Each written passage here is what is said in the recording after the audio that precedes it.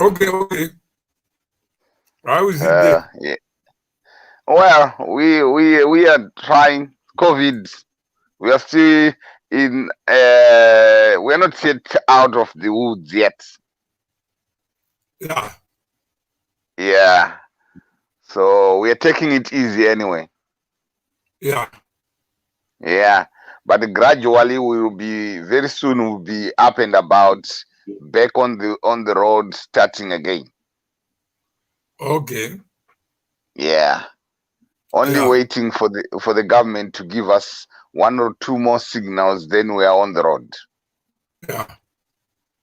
All How right. is South Africa? South Africa is not too bad. Ah, good. At least we heard that it had a lot of these COVID things. Yeah, COVID is the biggest problem. I know, I know. Yeah. I hope God will save us from this COVID pandemic. Yeah. So That, how is business? hey, COVID man is bad. Ah, Mm. I know. So I don't know. We are in a quagmire at the moment because we don't know where we are going and where we are coming, because this COVID thing, it just caught us flat-footed. Oh, yeah.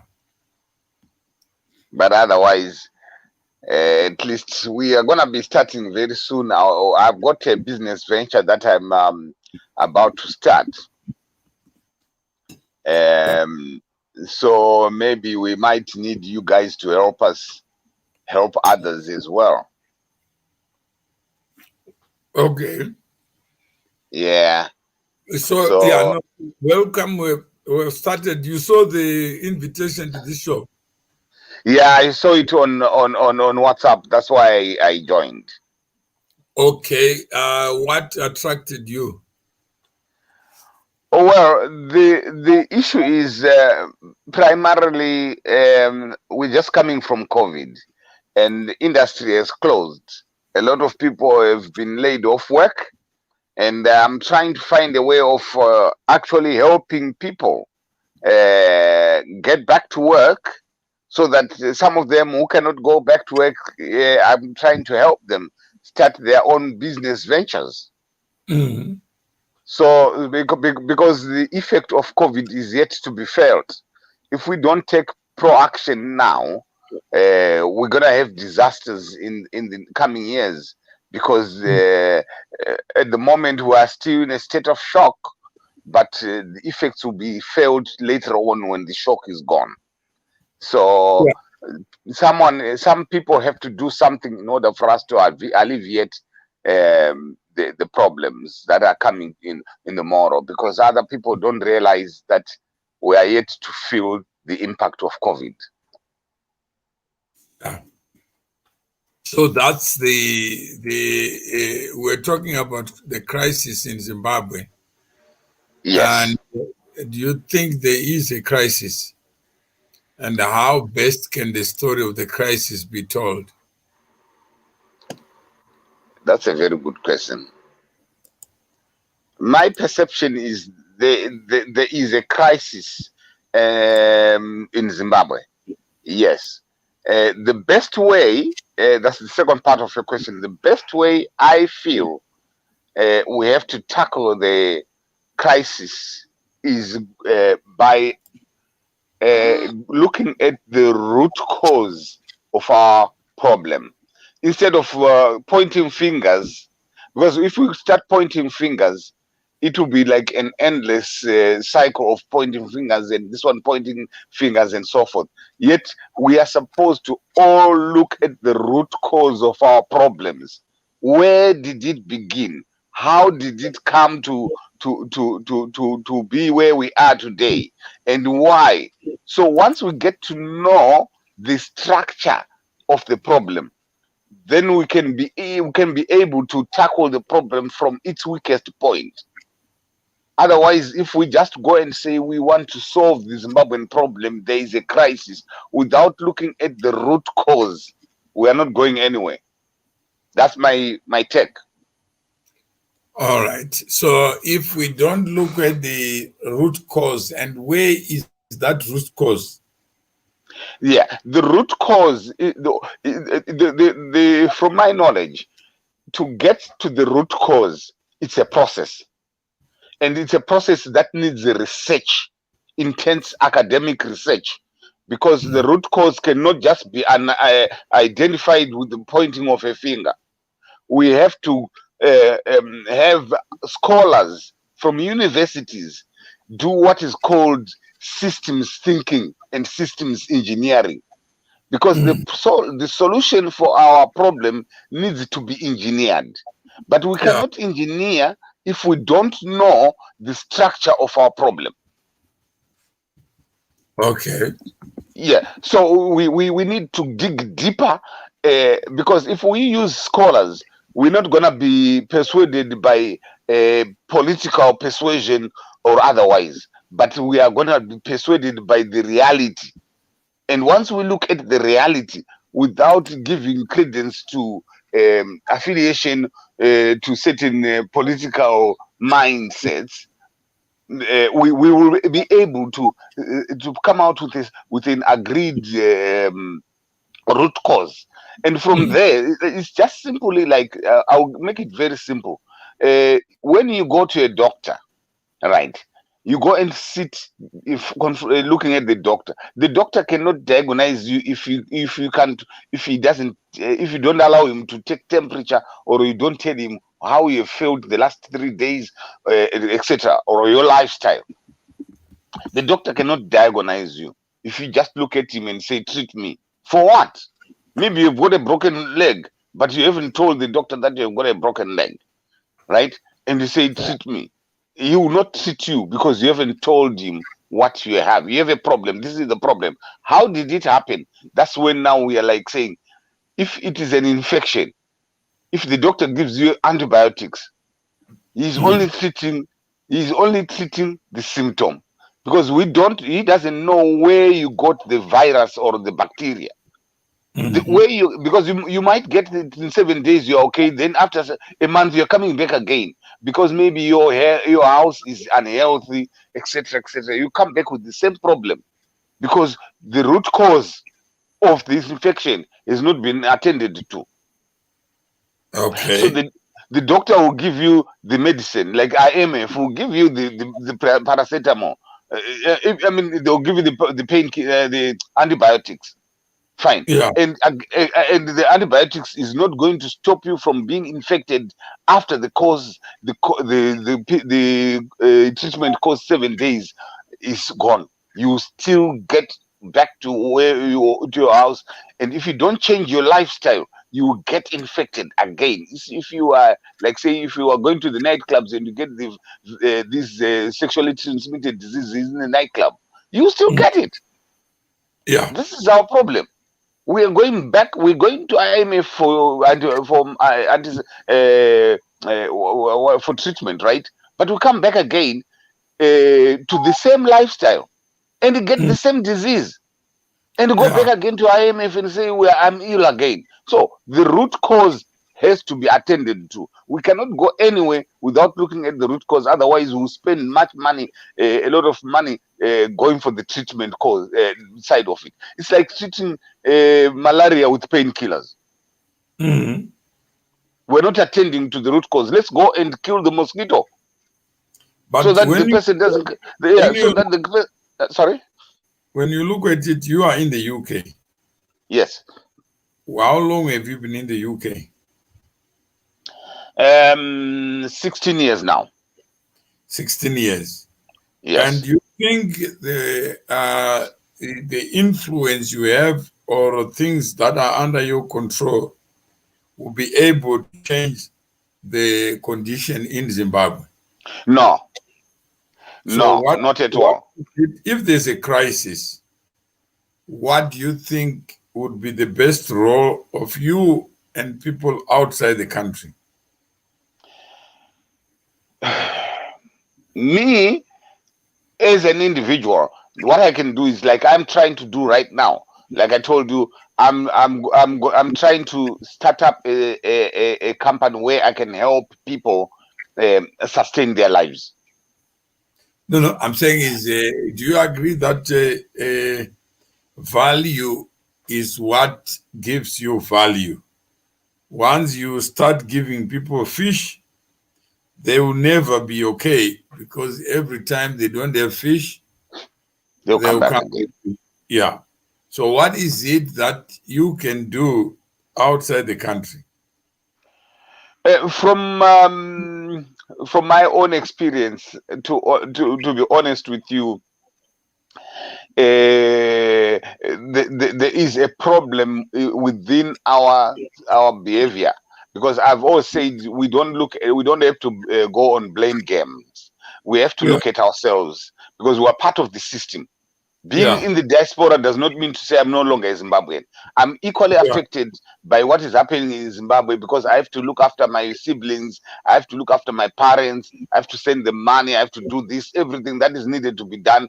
I finance it from here, right? So which means I'm 100% Zimbabwean. My position is only that I'm not in Zimbabwe at the moment, right? So our problem in Zimbabwe is over the years we've developed a culture of dependency syndrome. Yeah.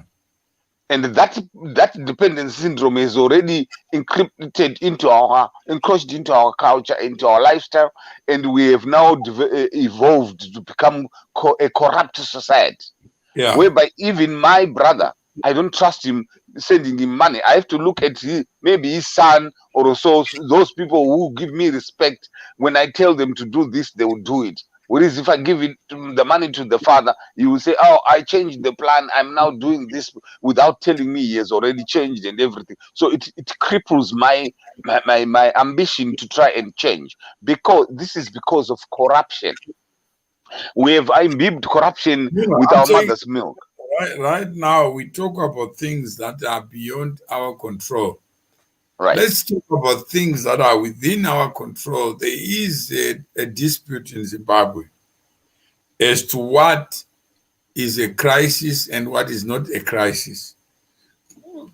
According to the government's point, the crisis that is there is caused by the opposition parties crying for sanctions and bad-mouthing the country. And according to the MDC, Chamisa in particular, he says it's a leadership issue. He says leadership stupid, meaning that if he were the president today, if he was the president, Zimbabwe will be okay. I don't believe that. I don't buy that. Why not? Chamisa himself is also equally a problem. He's part of the problem. That's why I said we are the problem. We cannot apportion blame to others. You are not there. Let's say the people who are there are the problem, are people who are affected by the quality of health services, the quality of service delivery, and the quality of life. So let us exclude ourselves. I wouldn't. My approach will not exclude ourselves, because myself. What can you do differently? Yeah, that's why I'm. Yeah, that's right. That I will still go back to the systems, methodologies. As systems thinking has it that you cannot distance yourself from the problem you are trying to solve, whether you are on the negative or a positive side of the problem. The issue is, until you've agreed with the whole as a whole, you've agreed. Chamisa and ZANU, MDC and ZANU are equally the same. They have got this power struggle within them. And I'm saying is you as a person who is located outside Zimbabwe, do you agree that you are already distant away from the water that may not be chlorinated or may not be purified from? If you go sick today, you go to another hospital. Do you agree that there are people who live in Zimbabwe who don't have those choices? Yes, I do agree. they are affected. So Yes, when you look at a crisis and someone says, "Where do you come from?" I come from Zimbabwe. What do you think is the biggest problem of Zimbabwe? Looking at yourself and say, "I could have done 1, 2, 3, 4, but I have not done it." And then taking responsibility for that. What is it that you think you have not done that has caused the crisis to be what it is today?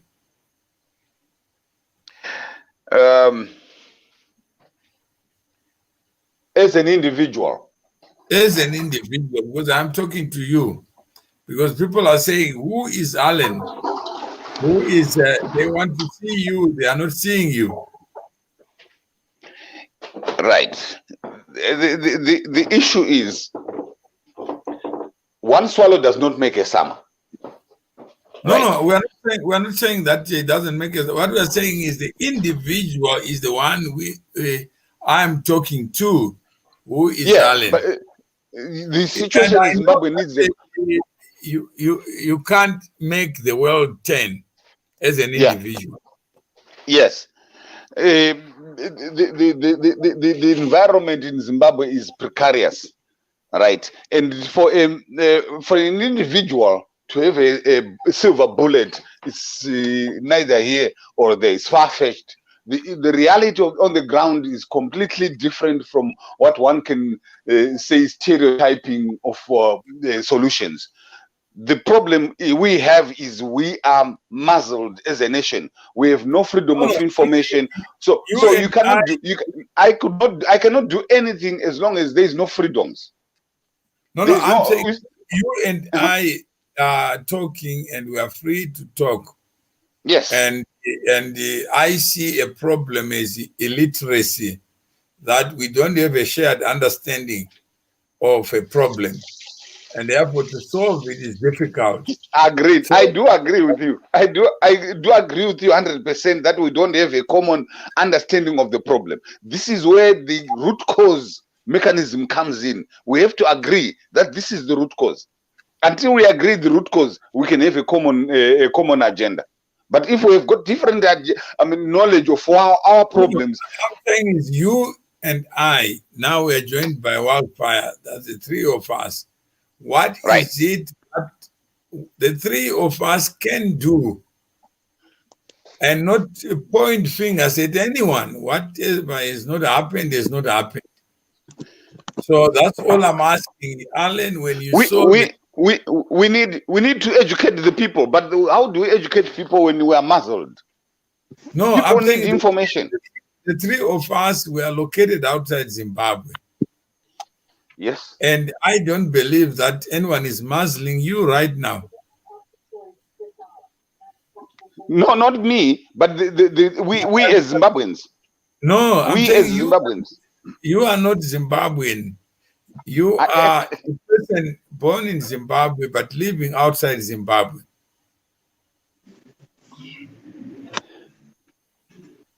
I don't know how I can best explain the solution when where the crisis is that those who have gone to distant shores are the very people who have never left the problem or the mindset that created the problem. People are looking to you and me and Wildfire to be the leaders and be able to be organized as people outside the country. And they don't see anything coming from us except spend our time on social media talking about that which is wrong, not that which we can do to change. I understand the people when they think like that, but we are not all like that. They cannot paint us with the same brush. I, for one, have worked very hard to try and assist my fellow Zimbabweans that from between 2006 to 2009, those 4 years, they opened my eyes. Then I realized that we are chasing a dead horse. Okay. This was when I was in Edinburgh initially. When I was in Edinburgh, I tried to. There were quite a lot of Zimbabweans then in Edinburgh, and I was like saying to the people, like, guys, let's organize ourselves. And we are not threatened by any system here. Let's organize ourselves, and we start helping people at home because they need our help. They need our presence, right? And then what then happened was that people didn't respond. And it so happened that I transferred from Edinburgh and came to Glasgow. And in Glasgow, what we did in Glasgow was formidable because we managed to group people together. And the only way we managed to group people together was we it so happened that we were able to meet where people the refugees met, where they were reporting to the Home Office. That's when we started to to group together to help people and make sure that we also find our voice being heard in Zimbabwe.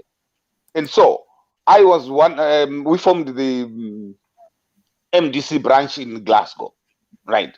In the branch there, little did we know that the very first person we met, me and one of my friend was the chairman. The very first person we spoke to form this branch was a CIO. And one of the guys I had met in Edinburgh was also a CIO. Later on, I discovered that when MDC was formed in 1999, in 2000, ZANU-PF constantly sent its cadres here in the UK to come masquerading as students. And they formed the MDC branch here in the UK. So by the time the MDC was now having its external assembly starting from United Kingdom, etc., they had already planted their people there. Those were the very people who were spearheading the formation of the MDC. So I didn't discover that at that time. I only discovered it later on around 2013, 2014, because there was a time when I was representing people in the courts, asylum seekers, especially from Zimbabwe, that they were members of the MDC. So I would go and witness that in the courts. And I was asked by one judge, who sorry, so I don't want to mention names, who's one of the guys who were in the branch, who he was. And I said, no, I mean, they were asking me whether he was a CIO or not. And I said, no, look, you cannot know whether a person is a CIO. They will not come out in the open and say, I'm a CIO. They will operate clandestinely. So you know. So, I mean, the judges knew. They knew. So, you see, the problem is the MDC itself, as you see it today, it's infiltrated with these guys. And as a result, that's why you find everything they plan is well known before they do it. But what is needed is people to resolve that whether they are there or not, we move forward. But now what happens is when people realize that they renege, they stopped coming. The branch was destroyed by those people. I'm telling you, they created another branch in Edinburgh. Fortunately, when they were planning to form the Edinburgh branch, I went back to Edinburgh and told the people in Edinburgh that so and so there were people who were coming, so go to the meeting and make sure that you overwhelm them so that they don't they don't put themselves in positions. And then it happened, and they were so frustrated because they didn't win the positions. Instead, the people of Edinburgh put their own people, and then it was a stronger branch than ours. Ours was completely obliterated because of money. Most of the members didn't have money. They were asylum seekers, but these people had money, so they would control them. They would give them everything they wanted, and then the people realized that we appeared to be very useless because we didn't have the money. And then that means maybe we can start from there. That who is Alan? Who is Alan Matenga? And because you have a lot of memory of things that you did. And we are in 2020, the month of August, the 27th of August. Alan, because I once met you in Harare anyway, but you don't remember me. I was introduced to you by, you remember, the late Mariga. Which one? Mariga, he was once he was the first Radio 1 director after independence. But he passed on. Yeah, he was also a marketing representative of Fairchild Investments. All right. Okay. Yeah. I was also you actually introduced me to that program way back. That was in 2001, somewhere there. Yeah. When I was still in Zimbabwe, right? I worked in the railways. I was born 1963 in Harare. Okay. My father joined the railways in 1962, before I was born. So I grew up in the railways, and we then went for teaching in Mrewa in 1981, and then went to Magunje, where I worked as well as a temporary teacher, and then moved to the International Railways of Zimbabwe in 1984. That's when I joined. 1984 in October, I joined the National Railways of Zimbabwe. Worked with people like Morgan Gibson Sivanda, Thokozani Kupe was my junior in the railways. So I worked in the railways for 17 years. Went to Wange. From Wange I came back and worked in Harare up to 2003. In 2003, I was so active in the labor Zimbabwe Congress of Trade Union. In fact, I was a member of Zimbabwe ZARU, Zimbabwe Railway Workers Union. And because of my activism, I was dismissed. You know, the government did to make sure that I move away because I was causing people to go on job stairways where it was necessary anyway, not unnecessarily. So I was dismissed from the railways. And then I fought my case and won it back, got back to the railways, but realized that I had no future in the railways after the dismissal. So I went on medical retirement after I got injured, and then came to the UK in 2014. Yeah. Then from there, when I came to the UK, actually, it took me about 5 years to get my permanent stay here. That's when I was very active as a member of the Movement for Democratic Change in the Glasgow branch. But I actually left the Movement for Democratic Change in protest in 2019. 2009. Why? My bone of contention was against the Unity Accord, the way they reached that verdict. We had a meeting in Glasgow. We were supposed. We were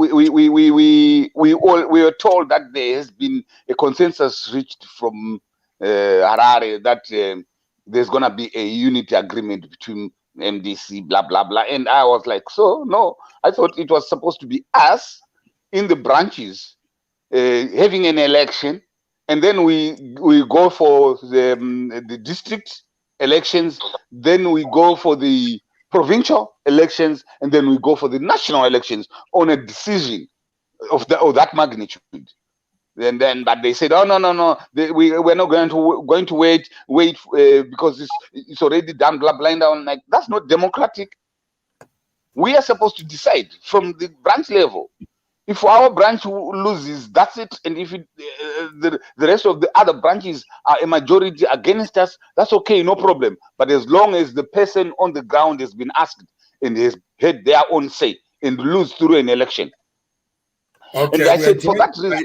And I said, for that reason, I'm not gonna be part to a system that is flawed because it was not done right. Then I moved out because you cannot. We are joined by Mr. Wildfire DJ. Good morning. Good morning. How are you, Mr. M? How are you? Not too bad. Not too bad. Were you listening? Yes, I've been paying attention. What is your take? Hello, Mr. Hi, how are you, Sai?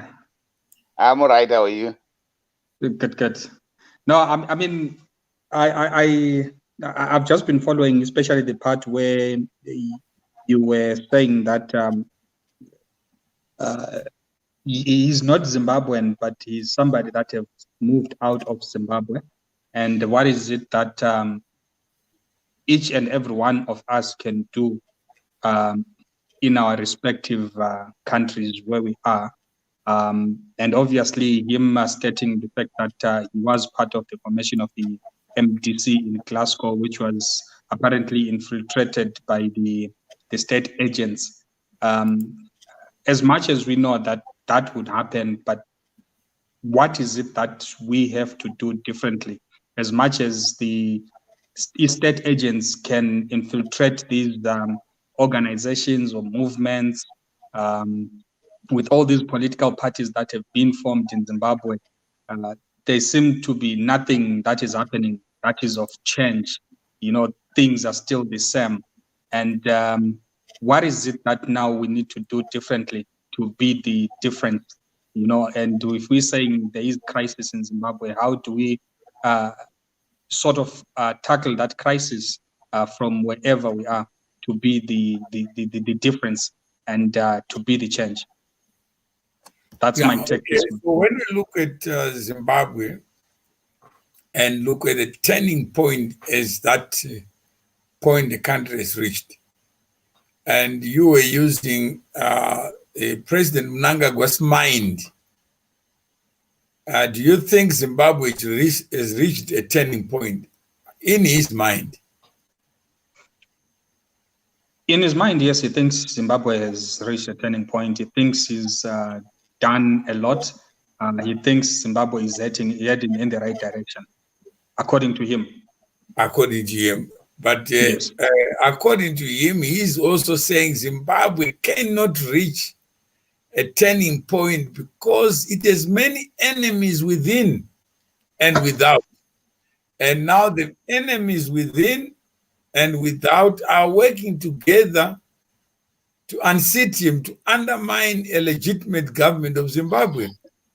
But is that not what he did when he had the help of the army, the help of the citizens to remove what he termed enemies? We are going to the state of mind, but now you are now becoming him.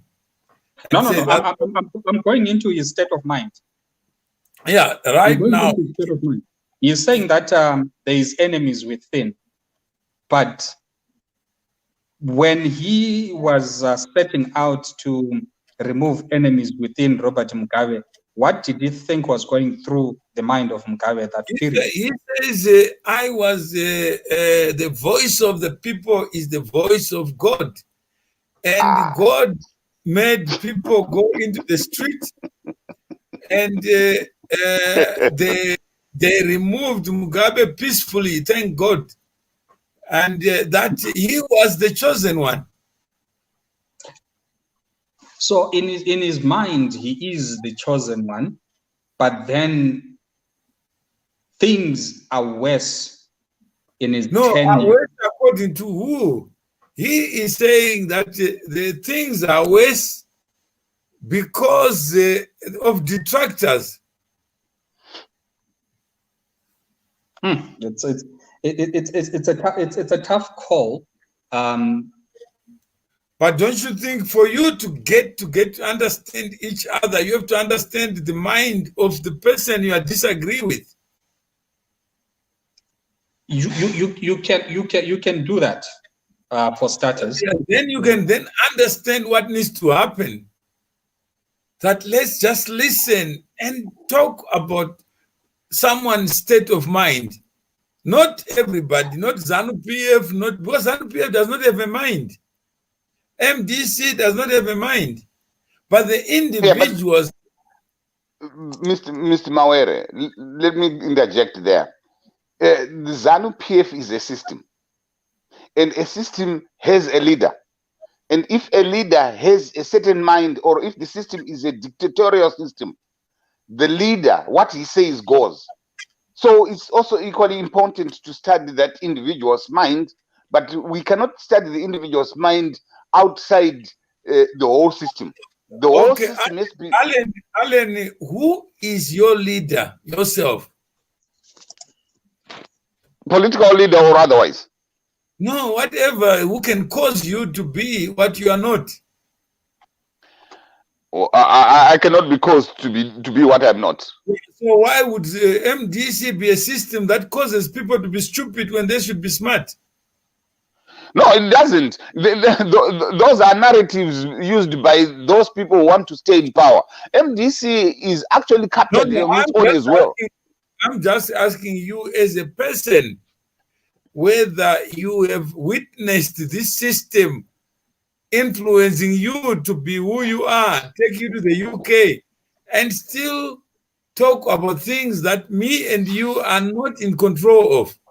What we are in control of, maybe wildfire. Have you ever seen this monster called system?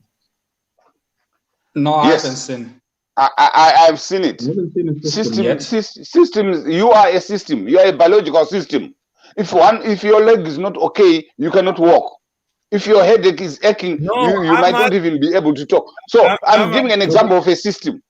Systems are different.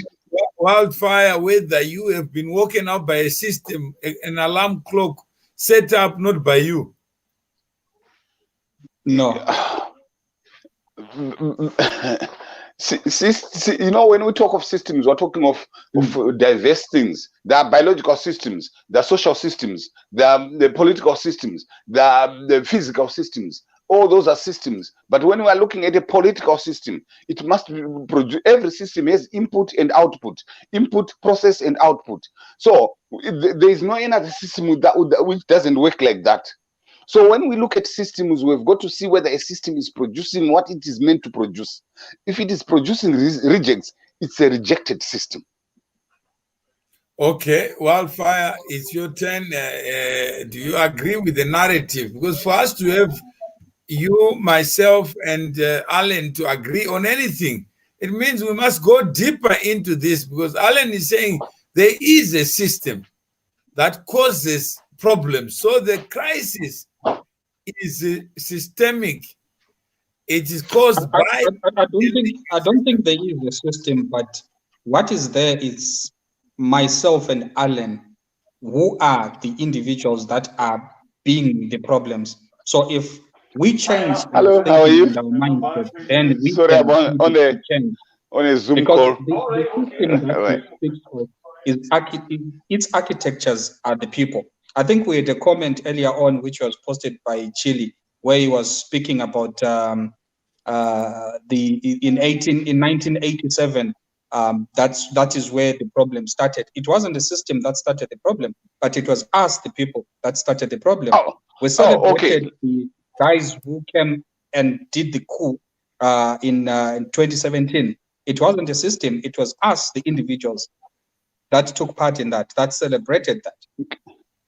Okay, so can I come in there? Then go back and say there is a system when we, the people, are the ones who are causing the problems. No, can I come in there? Yeah. Right. When you say it was us, the people, right? We are part of the system. The system is Zimbabwe. The whole country is a system with subsystems, and those subsystems interact with each other to form the macro system. So you can say it wasn't the system, as long as we don't understand where to start. Alan, Alan, when you say somebody you can't, what would give you the moral right to say he can't? It's his interpretation, and he is saying something that you are not saying. You may see the glasses half full, and he sees it half empty. And we meet at halftime.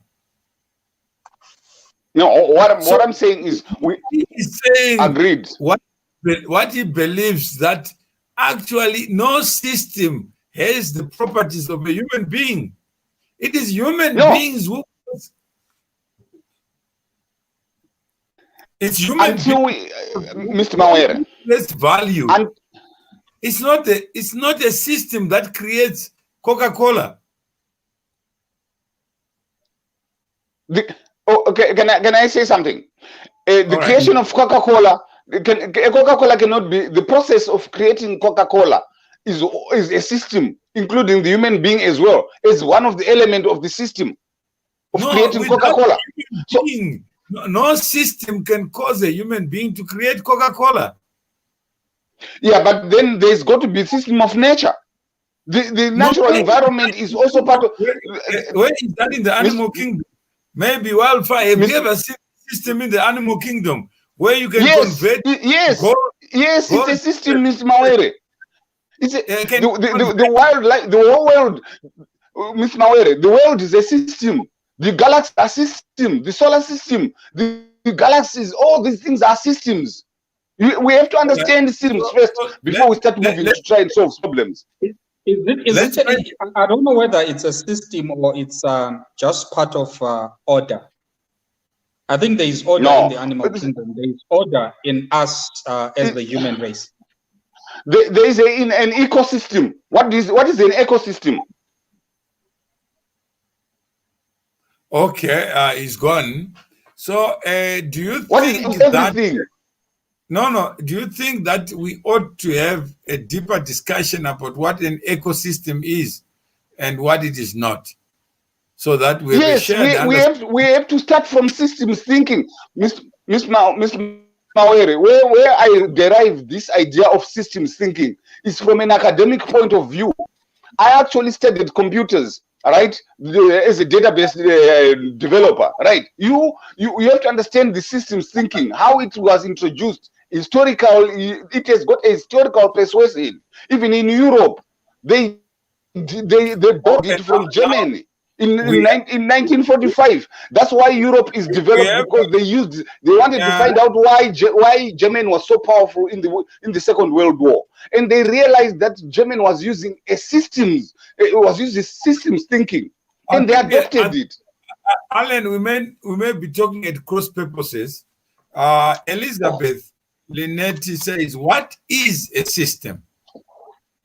I think a system is people who are operating the system. No. Listen carefully. No. People, how they do their things. It is people who create systems, not system create men. No. I will give you the literature on systems thinking. If you want, I'll give you the literature. This is the bone of contention. We have to look at the system as a whole so that we can find the root cause of a problem. Alan, if you are the president of this country and you say there is a system, anyone else who says there is no system except the people, would you be called a dictator or a democrat?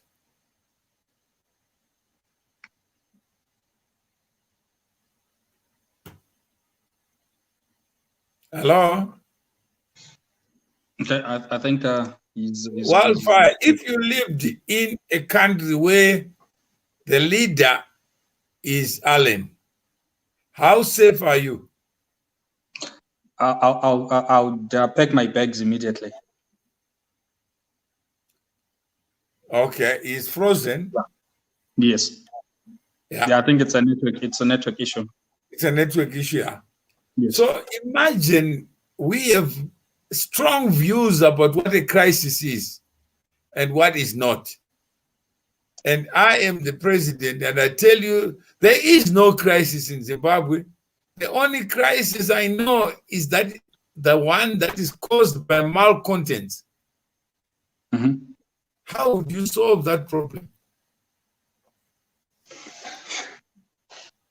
It's a tough one to solve,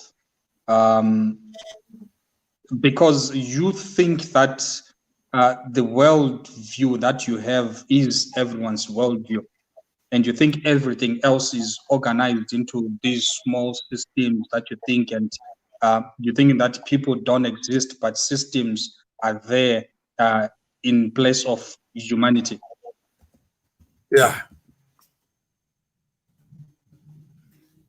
So what would you do when there is no shared understanding?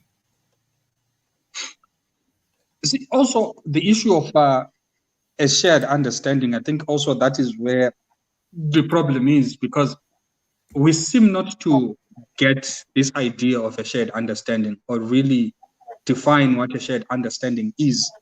Because, I mean, right now we are talking to Alan. He is of the worldview that there is a system that controls things.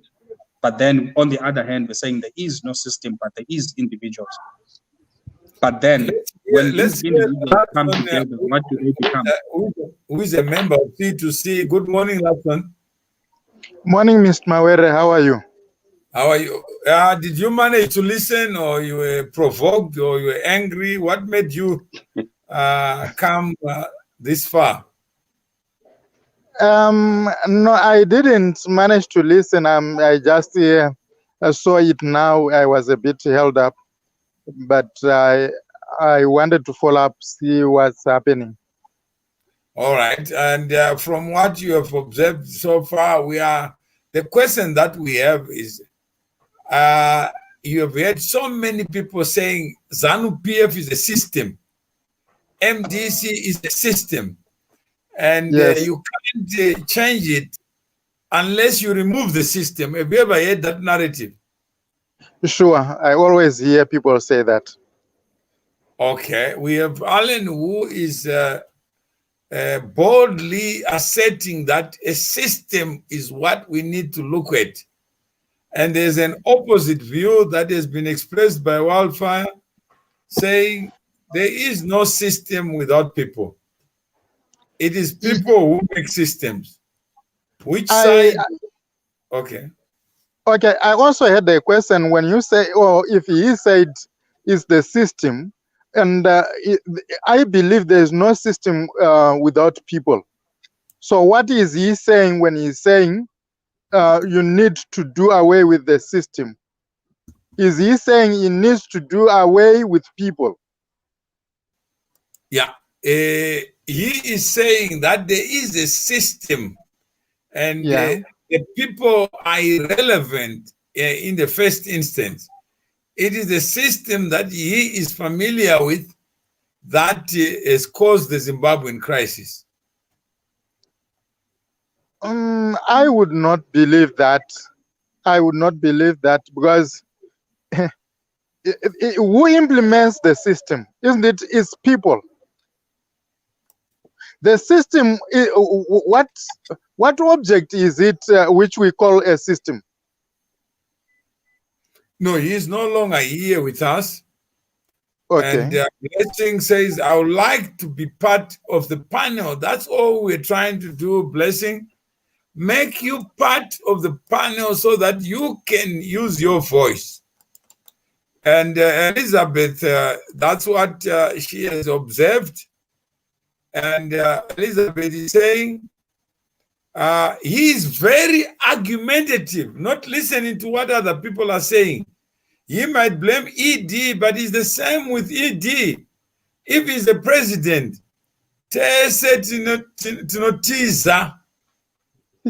so I hope Alan is hearing that sometimes when we are talking, somebody would make a conclusion based on what we are saying. It doesn't make them right, it doesn't make us right, but we need to talk about it. There is no system without people. That's Elizabeth. Elizabeth agrees with you and Wildfire that it is the people who make governments. It's not governments who make the people. It is not political parties who make members. It is members who make a community. So if we have a shared understanding there, then we want to be able to invade President Mnangagwa's mind on this issue of crisis. What do you think he believes?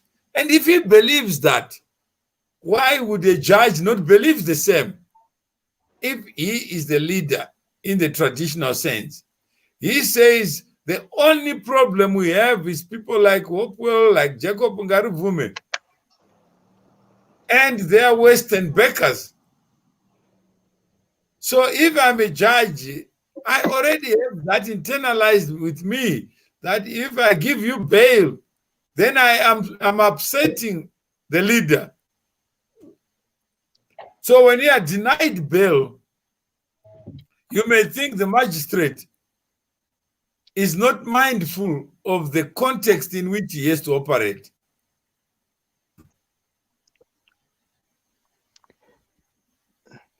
So Alan is gone. And as we wind out of this show, do you think this is an important conversation? The gap in the market in terms of content and in terms of conversations, so that we can sort of build and shape a way forward. These are the kinds of conversations that we really need to start having, and we need to develop such content. By so doing, it sort of helps each and every one of us have an understanding of what is and what isn't when it comes to how governments are formed, how people are responsible for the downfall or the rebuilding of their own countries. All right, we have a blessing. Welcome. Thank you so much for allowing me to be part of the panel. Yeah, what is your observation since you were listening out there? And basically, I was also listening much about the issue of if there is a crisis or if there's no crisis, and about systems and that. But what I believe is you see the other side is saying that there is a crisis. And I feel that they are saying there is a crisis because there are objectives. If we look at another side, they will say there is no crisis because probably of their ideology and their objectives. So I feel that this argument will not come to an end until people, they have only one objective, which is to develop Zimbabwe, which is to deal with the challenges that we are having. And then on the issue of systems, I like a better definition on that so that I can able to comment. All right. Who are you blessing? Because we don't know you. Let's not, we'll be accused of being a system, and that we just met here. Okay. Basically, I'm just a marketing manager of a company called Momentum Insurance Brokers, and I'm very much interested in issues of politics and all that and development, considering that I've spent. So you are based in South Africa. You are based in South Africa. No, I'm based in Zimbabwe. I'm here in Zimbabwe. Oh, you're in Zimbabwe. Yes. All right. So, do you want to be part of this community that Laxon and Wildfire are part of, to convert connections to community so that we can discuss among ourselves on ideas, and ideas that will then fight other ideas? Because here, as we live the show, there are two ideas. One idea exactly. is that I would love to be part of it. Yeah? I would like to be part of it. I'll be glad to contribute as well. That's right. So then you can obviously inbox us or whatever, wherever you are. But what we are saying is that there are two ideas. One raised by Alan, that in his rich experience, he knows that a system does exist. It does have legs, it does have eyes, ears. That's his view. He's not alone in having that view. Then the second one is that there is no system without the people. So he says systems thinker, and yet we may not be talking about system thinkers. He may think that we don't get it, whereas we exactly get it, but we are trying to provoke a conversation. So Alan has sent to me, to us who are in this conversation, why, when, how. And in his mind, he thinks we are not getting him. But we are using him to open broader discussion among Zimbabwe as to what the problem is. Because if we can't agree on what a system is, then we have to negotiate as individuals. And Alan will be able to advance his own views. Somebody else will advance their own views without fear or favor. And we also have journalists who can then talk about this argument. What if the two people who look at a glass of water, one says it's half empty, another says it's half full? Who is wrong? Mr. Mawere, can I chip in a bit? I am enjoying this discussion. You know, some of the words you're putting, like what if, right? Those are the pivots of systems thinking. You're actually thinking systematically when you put the word what if, because those are the basis of thinking systematically. You have to look at the system as a whole and its interlinks, because every system is linked to another system. I mean, basically, I'm saying is right now, me and you, we are not linked to any system. We are linked to the electronic system we are using right now is a system. No, we are just prostitutes on the system. That's what it is. We are in the system. By so doing, we are in the system. After this show, we don't have structure and order. That doesn't matter. We can still create another system. That's what you're doing. What you're doing is you are now proposing a system, a new system with a vision, and that system is also another system. Most systems are interdependent. There's no system that operates on its own. I'm saying is you are forceful in your argument. Allow others to be forceful in their alternative argument. I don't mind others being forceful. I like to be like what I'm doing. I can then ask a blessing. Do you know the soccer game? Agree on the issue of that there's no system without people. I think it's something that is very important. That, and then as well to look, when I look at the system, can we as well look in a way that what is the purpose of that system? Is that system there to benefit the people, or is the system there to benefit out of the people? I think something that I feel when we look in that direction as well, it enabled us to then agree on the issue of the system. No, okay, I'll come in there. The system that's a good question, but then the system. Alan, a simple question. Would you want to be part of this community?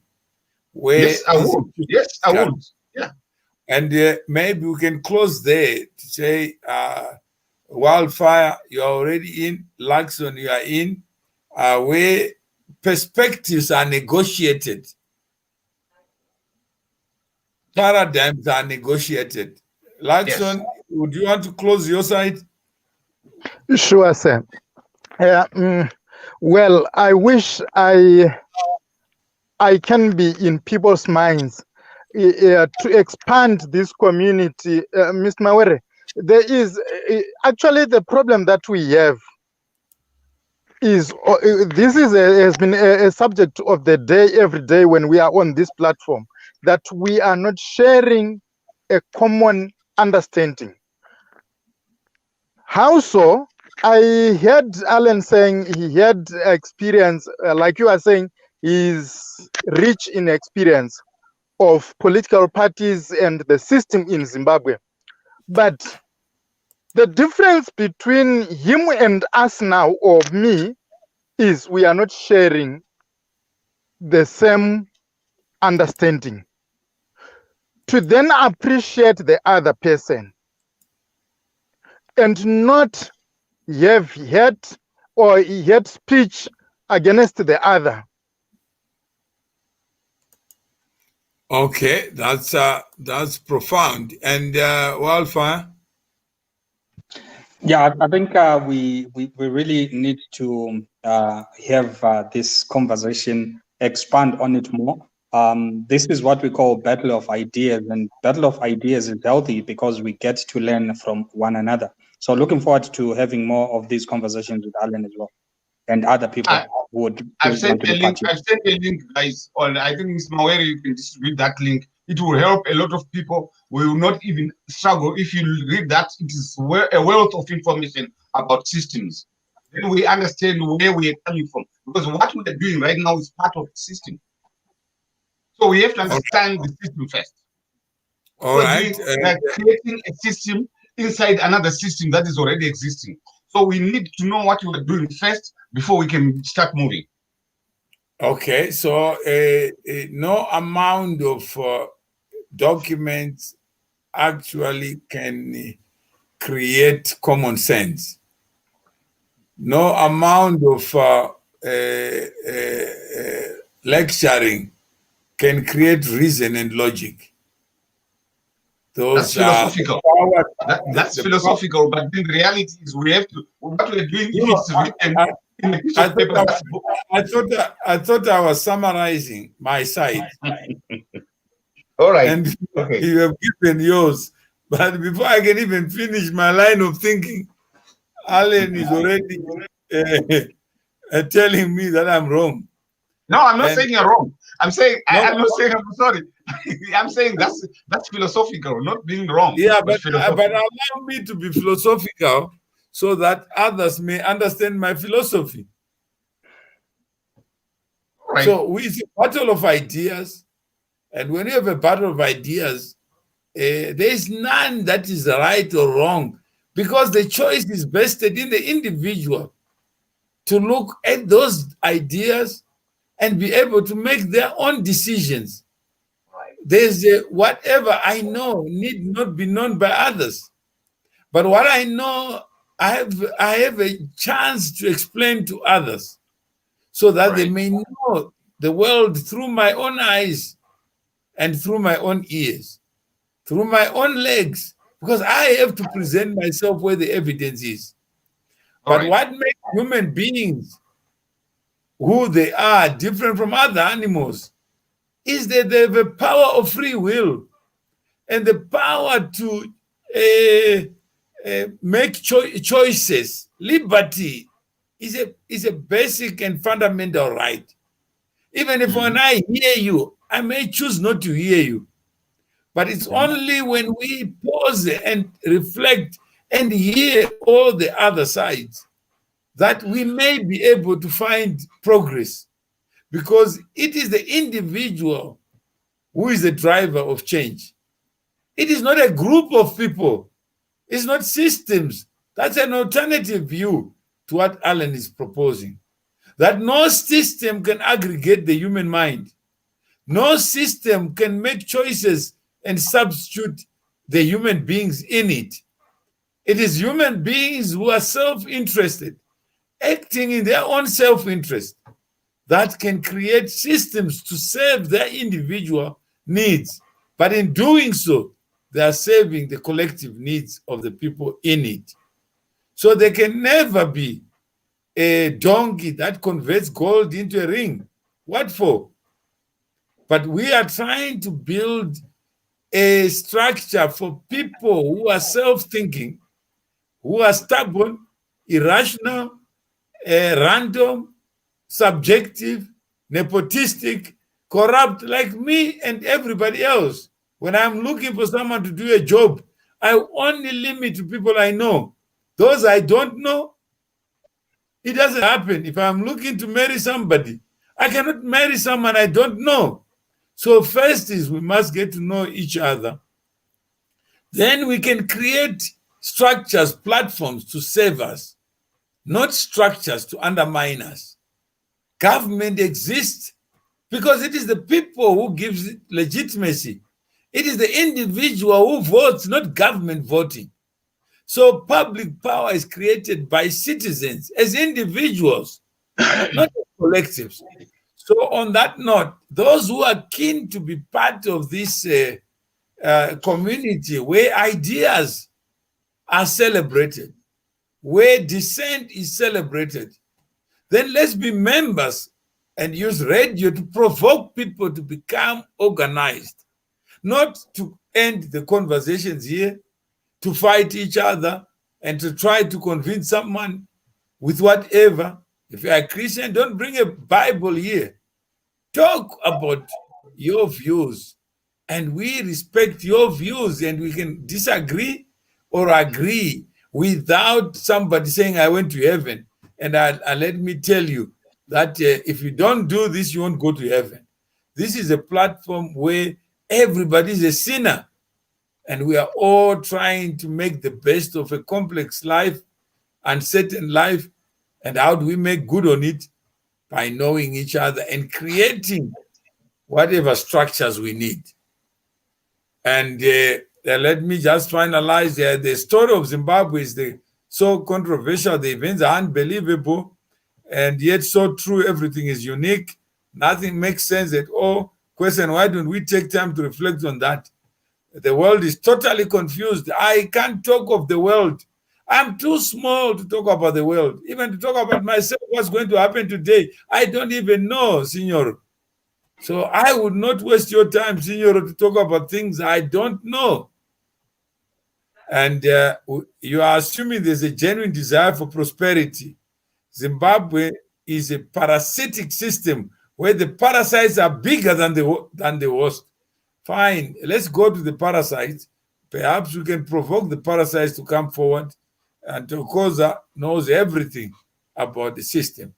Fine. The problem is that we have become educated fools. We have become educated fools. I don't know what we is, but if we come together, it means the foolishness will disappear because we decide to share.